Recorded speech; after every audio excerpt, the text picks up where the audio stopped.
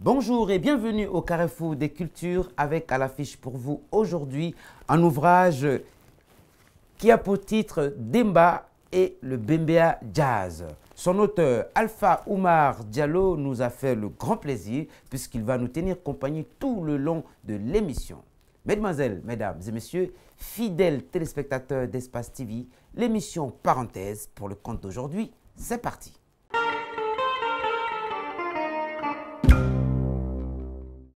Demba et le Bembea Jazz. Ce livre retrace le parcours de l'Orchestre fédéral de la petite ville Kounian du sud-est de la Guinée, créé en 1961 pour devenir orchestre national en 1966. L'auteur a tenté de décrire dans un style simple les grands événements qui ont marqué l'histoire mystique et mythique de ce groupe qui tire son nom à partir du petit marigot Bembea qui traverse la ville de Beila. Les débuts, les années de gloire 1964, 65 et 66, les remarquables participations de l'orchestre au sommet tricontinental à Cuba, au festival d'Alger en 1969, jusqu'au 10e anniversaire du groupe en 1971.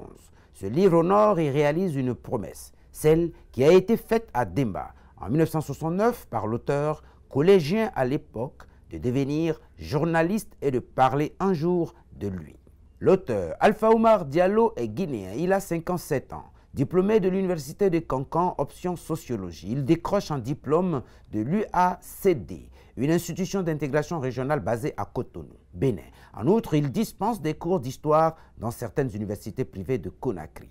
En octobre 2009, il est nommé membre de l'administration scolaire au lycée Kipé. Il est à son premier ouvrage.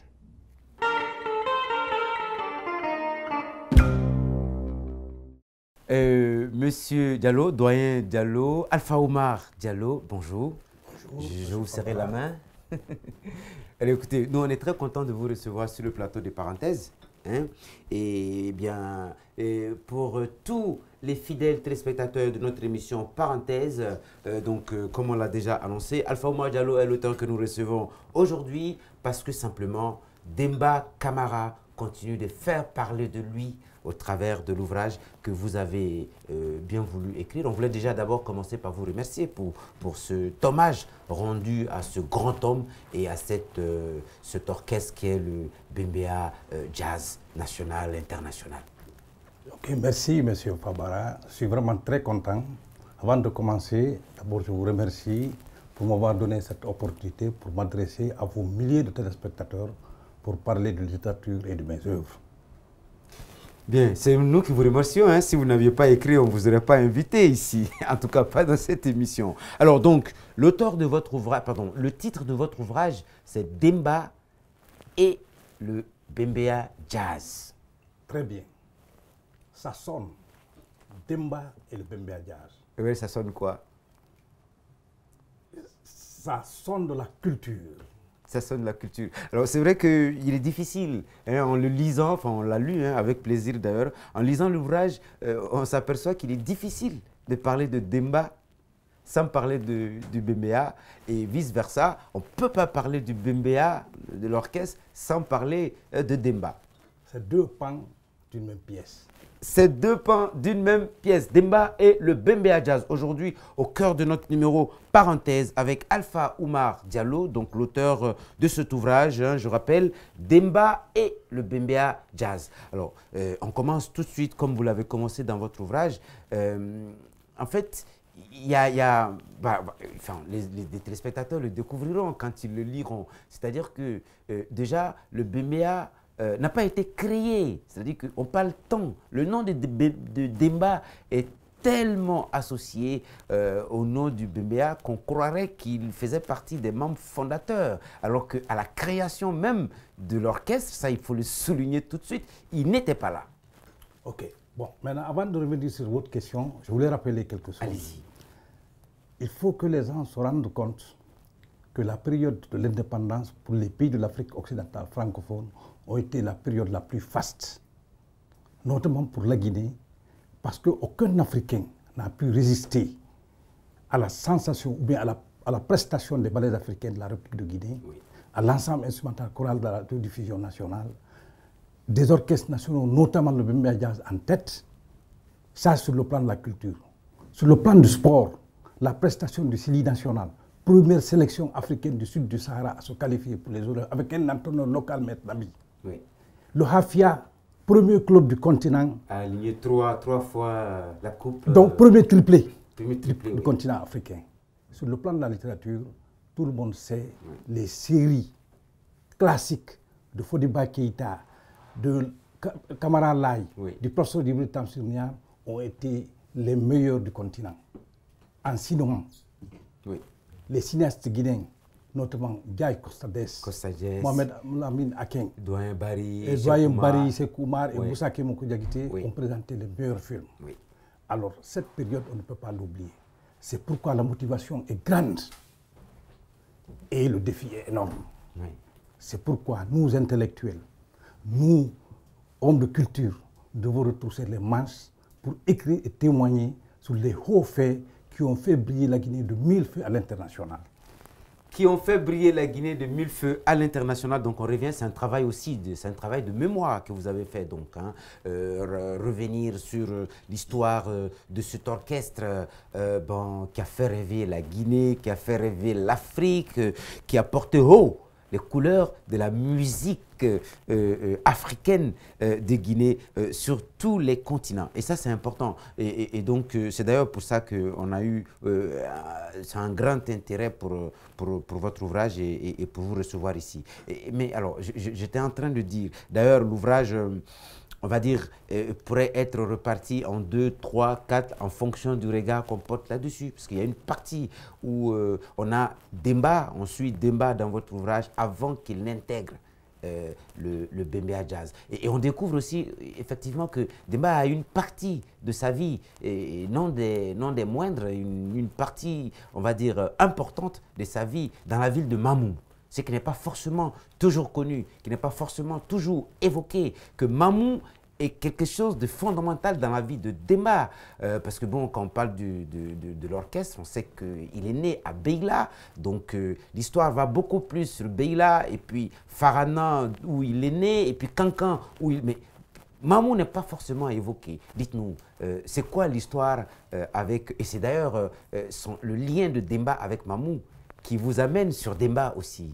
Hein? On découvre dans votre ouvrage que vous avez rencontré Demba, vous l'avez vu, enfin la chance que nous on n'a pas eu, vous l'avez vu quand vous étiez au collège et vous avez promis, quand je serai grand, je deviendrai journaliste et je parlerai de vous.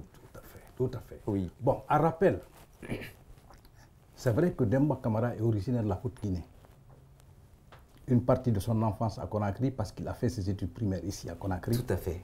Mais l'autre partie à Mamou, parce que son père a travaillé là comme chef de train. Si vous voulez, c'était l'adjoint du chef de gare. De 1959 jusqu'à 1960. De telle sorte, Demba venait souvent passer ses petits congés à Mamou. À Mamou et à Orefello. Et d'ailleurs, à cette époque, la ville de Mamou, ville carrefour, coloniale, comme toujours, rencontre des peuples et des populations, rencontre de culture, la ville a fasciné Demba. Demba est tombé sous le charme de cette ville parce qu'il a rencontré des grands comédiens, des hommes de culture comme Émile Cissé, comme Madame Fatou Haribo, comme Bala qui a chanté le chœur PDG, comme Boissolé qui a joué Bokarbiro. Donc il était vraiment épris pour cette ville. Et c'est là, réellement, qu'il a commencé à comprendre ce que c'est que la culture. Parce que dans son quartier, Orefello, il animait dans le quartier, dans la troupe locale. En plus, oui. Et il voulait réellement faire le Bafi, mais colonial. Oui. Mais quand son père a quitté en 61, il est resté à Mamou, dans la famille Abouas, Madame Rose, que vous avez, Madame... Vous en parlez dans le... Tout à fait. Il y a un extrait même qui fait parler de... Excusez-moi, hein, voilà. de vous couper, parce que bon, il faut qu'on échange là-dessus. Je veux dire, il y a un passage intéressant. Ce qui veut dire, il y avait vraiment une fraternité. Demba même, quelque part dans un passage, vous le citez, il explique qu'il était membre à part entière de cette famille. Tout le monde le considérait comme quelqu'un de la famille. Il était le petit frère ou le grand frère des enfants de cette famille. Voilà. Ça, c'est extraordinaire. Tout à fait. Alors là, il a voulu faire justement, il a voulu participer à cet orchestre, mais qu'est-ce qui s'est passé? Le père Abouas a dit non. Je connais ton père, toi tu ne veux pas faire de la musique. Oui. Et puis le père, à Demba, n'était pas favorable à ce qu'il fasse de la musique. Pas du tout. Oui. Alors c'est ainsi qu'il l'a amené directement au département de TP, section mécanique. Oui. Alors, regardez, Demba, par après, avait un vélo sport. Oui. Il avait une moto sidecar. Oui. Ça, c'est un souvenir de ses débuts de mécanique. De mécanicien. Et c'est à maman qu'il a appris la langue poulard. Oui. Alors vous en parlez, ça c'est formidable. Oui. D'ailleurs, le fait que Demba, ayant fait une partie de son enfance à Conakry, donc baigné dans la culture de la Basse-Côte quelque part, donc parlant Soussou couramment, et qu'il soit passé par Mamou, Mamou également, où il va baigner dans l'ambiance de cette ville Carrefour, comme vous le dites, on pourrait même dire qu'il aurait, enfin c'est possible que le fait de baigner à Mamou aussi, avec toutes ces rencontres et tout ça, ont façonné quelque chose dans l'artiste qu'il était déjà, on va dire, dans l'âme. Et puis, le fait qu'il soit, entre guillemets, polyglotte, c'est-à-dire qu'il parle Soussou, qu'il parle poulard, qu'il a appris à Mamou, ça c'est important. Oui. Parce que quand on parle une langue, on prend quelque chose de cette culture-là. Quand on parle une autre, on prend. Donc il était riche à la fois de la langue Soussou, avec sa culture et ses particularités, riche aussi de la langue poulard, avec sa culture et ses richesses, bien entendu. Et puis donc le malinké, bien sûr. Et puis quand il va arriver à Beila, et ça c'est extraordinaire, quand il va arriver à Beila, il va donc avoir des amis koniankés, il va parler konianké. Et donc, vous voyez, on a un artiste en fait, qui est guinéen, qui est national. Voilà. Donc, c'est vrai que votre ouvrage, vous ne le dites pas expressement, mais on regarde le parcours, en regardant le parcours de Demba, on se dit, oui, on comprend pourquoi il a été aussi grand. Maintenant, pour la petite histoire, allez-y. C'était en 1969, après la grande prestation, en fait, du Sili Orchestre. Mais le noyau principal, c'était le Bembea Jazz au Festival d'Alger. Oui. Donc ils ont eu un succès énorme, un succès fou. Quand ils sont rentrés, le comité national leur a demandé d'organiser une mini-tournée, c'est-à-dire de Kindia jusqu'à Labé. Oui. Alors, Demba, qui sait qu'il a la tentation de la ville de Mamou, oui. Dès qu'ils ont fini leur prestation à Kindia le samedi, il a demandé directement de continuer sur Mamou. Donc, arrivé à Mamou, la même nuit, donc ça lui a permis de rester le dimanche, et le lundi, le mardi, le mercredi, le jeudi et le vendredi, pour pouvoir tourner dans la ville parce qu'il a assez de camarades. Oui. Et puis bon, Kindé a la ville de son enfant, enfin une partie de son enfance. Tout à fait. Alors, c'est ainsi que maintenant, alors qu'il revenait, quelque part, on se croise, nous, on sortait de l'école, je crois que c'était en 8e, 9e année. On était 3.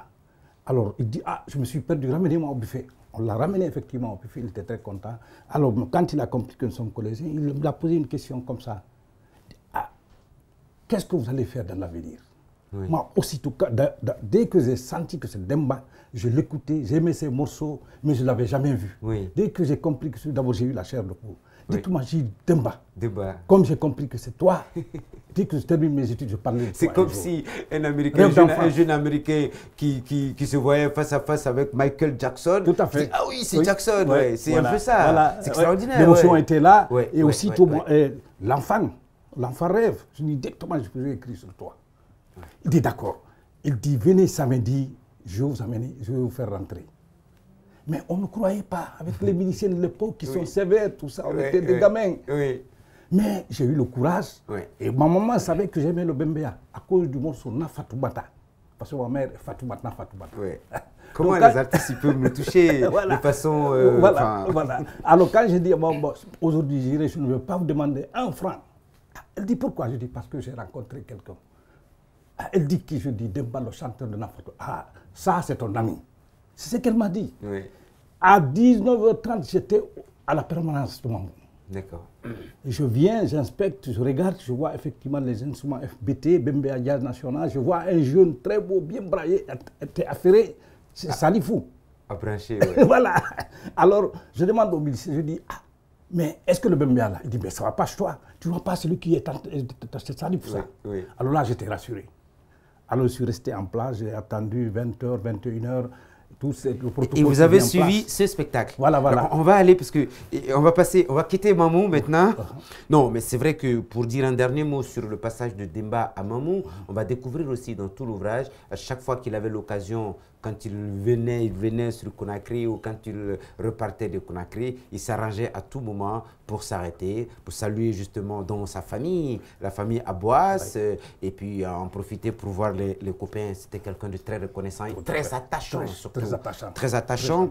Et ça se voit aussi dans sa musique. Hein. Nous, on ne l'a pas vu sur scène, mais on continue aussi à écouter. Alors, on va partir à Beila.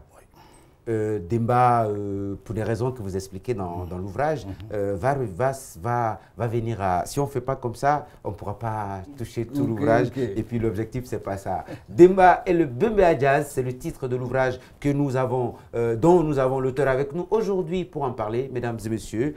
Alpha Oumar donc, Diallo. Et puis c'est un vrai plaisir. Alors parler de Demba, parler du Bembea Jazz, c'est un régal comme...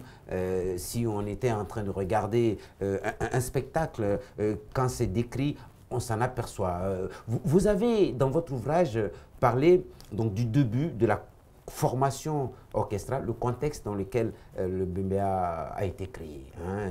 Vous expliquez bien que les autorités, à l'époque, avaient pris la décision pour lutter contre, on va dire, pour barrer le chemin, comme vous le dites, hein, je prends mot par mot, la musique exotique, et puis la rumba congolaise qui était sur toutes les radiodiffusions nationales à l'époque. Tout le monde est baigné dans ça. Et alors, la Révolution a décidé, les autorités de la Révolution ont décidé de créer dans toutes les préfectures des orchestres fédéraux, hein, pour jouer de la musique guinéenne. Exactement, les troupes fédérales composées de sections.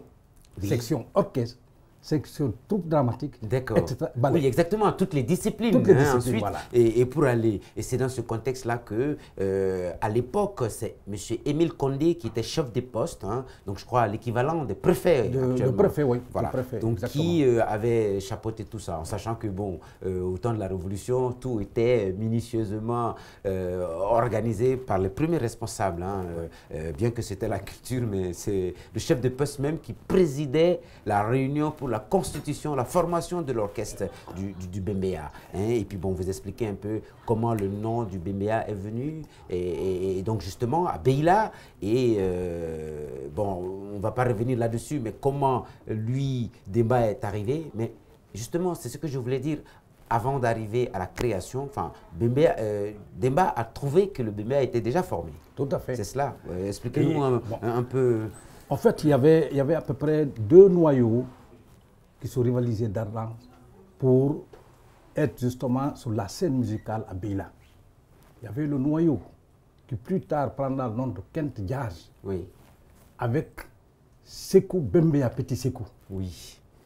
Et de l'autre côté, il y avait les joueurs de tam-tam, de Goumbé. Voilà, dirigés par... Je suis de la région, donc voilà, c'est le Goumbé, des espèces de percussions un peu rectangulaires qu'on tapait, et ça c'est la bonne musique. Ok, dirigé par Djoubaté qui est venu de Odjéné. Oui, parce qu'on a la région de Odjéné est un peu frontalière avec la Guinée dans cette partie. Avec son ami Bangala. Oui. Donc c'était les 2 groupes qui se rivalisaient pour être sur la scène musicale à Beila. Oui. Alors avec l'arrivée maintenant de Salifou et de Demba, finalement les choses sont formalisées et le chef de poste de l'époque, qui est très émancipé, un homme de culture, M. Émile Condé, a justement créé le Bembea Jazz National. Mais avant l'arrivée de Demba, parce que Demba est arrivé en 62 avec Salifou. Oui. Et le Bembea lui a été formé en 61. En 61, le 15 avril 1961. Oui. Et qui était la cantatrice et chanteuse? C'était Djené Camara. C'est une dame, elle est là. Oui, vous en parlez, qui finalement va quitter l'orchestre quand elle va être mariée pour aller au Libéria. Tout à fait. Alors si j'étais là, je me serais opposé à ce mariage. Voilà. Ouais, parce que de la manière qu'on décrit la cantatrice, c'est extraordinaire. Même, alors vous parlez très rapidement, on va avancer là-dessus, parce qu'il y a quand même des éléments sur lesquels je souhaiterais vous entendre, notamment le sommet tricontinental à la Havane, au Cuba, Demba et le Bembea qui débarquent donc, à Cuba. C'était le rêve, hein, de tous les musiciens à l'époque. l'époque. Parce que c'était la capitale mondiale de la musique. La capitale mondiale de la musique. C'était pour un pèlerinage. Complètement. Vous le dites d'ailleurs dans le livre et c'est sympa. Et puis bon, il y a un passage dont j'ai bien envie qu'on en parle. Juste un passage, vous parlez de Demba dans Demba, quand Demba chante un peu, on va dire, sa biographie dans un des titres. Mais très très rapidement, on va dire, le Bembea donc, est créé. Demba, alors il a été casté, on va dire, c'est suite à un casting qu'il a été retenu. Et d'ailleurs, au cours de ce casting, lui et son copain Sekou, c'est ça? Salifou, pardon. Voilà. Et Demba n'a même pas été le premier. C'est Salifou qui a été premier et Demba a été deuxième. Pourquoi? Allez-y. Parce que Salifou, à l'époque, avait une voix de consonance féminine. Très important. Donc lui, il accompagnait la cantatrice qui était devant. C'est-à-dire, déjà, Sekou Bembea savait que la femme quittait. Oui. Et elle occupait en fait la scène musicale à Beila. Elle était très aimée. Oui. Donc, qu'est-ce qu'il faut pour la remplacer? Donc, lorsqu'il a entendu maintenant Salifou chanter, il dit non, ça pourra faire l'affaire. Au cas où Djené serait parti, oui. on la remplace directement. Il dit, Demba, toi, scéniquement, tu es bien, tu bouges très bien, tu as une belle voix, mais je pense que Salifou fait l'affaire. Oui. Mais aussi, à l'époque aussi, Joseph Kabasele, oui, brillait de mille feux à travers l'Afrique occidentale. Donc tout le monde aimait ses chansons parce qu'il a lui aussi une voix efféminée. Oui. Donc Salifou pouvait reprendre ça sincèrement. Donc Salifou était au top. Oui. Voilà ce qui s'est passé. Donc Demba venait pour... alors il était même en gros avec Djené, Salifou. Lui il venait qu'à la troisième position. Place. Alors vous expliquez aussi un peu plus loin que c'est lors d'une répétition, alors on va avoir l'occasion de parler du relais bar. Le relais bar qui jusqu'ici, parce que j'étais dans la ville de Beila il y a moins de 6 mois, jusqu'ici le relais bar existe. Voilà. Mais il est transformé en un motel, mais ça reste toujours un endroit où ça se réjouit, où ça danse, où il y a de la musique. Bon, pas comme du temps du Demba, mais bon, il restait, parce que c'est vraiment dans un emplacement aussi un peu stratégique, et puis il est à, on va dire, à 10-15 mètres de la grande permanence, où se faisaient les formations. Voilà, double, triple intérêt, moi, pour cet ouvrage-là. D'abord parce qu'il s'agit de l'histoire de l'un des orchestres les plus phénoménales, mais c'est parce que aussi, je suis je vais dire, à 15-20 km de Beila, donc à Senko, 30 km. Et puis, vous parlez de petites tournées. Tout ça a commencé dans les tournées dans les sous-préfectures. Tout à fait. Voilà, et parmi ces sous-préfectures, il y en a une qui s'appelle Senko, qui est ma sous-préfecture. Donc, vraiment, c'est une histoire pour nous, mais c'est une histoire pour le pays, c'est une histoire pour le monde de la culture, c'est une histoire pour les artistes. Je ne saurais même pas. Et d'ailleurs, je pense que votre ouvrage, enfin, Demba et le Bembea Jazz, s'adresse au grand public. Il s'adresse aux étudiants sortis de l'Institut supérieur des arts de Guinée, par exemple. Il s'adresse à ceux qui aiment la musique. Il s'adresse aux musiciens, aux artistes. Il s'adresse aux hommes de culture. Oui, et je vais souligner, il s'adresse aussi, mais alors aussi aux animateurs culturels.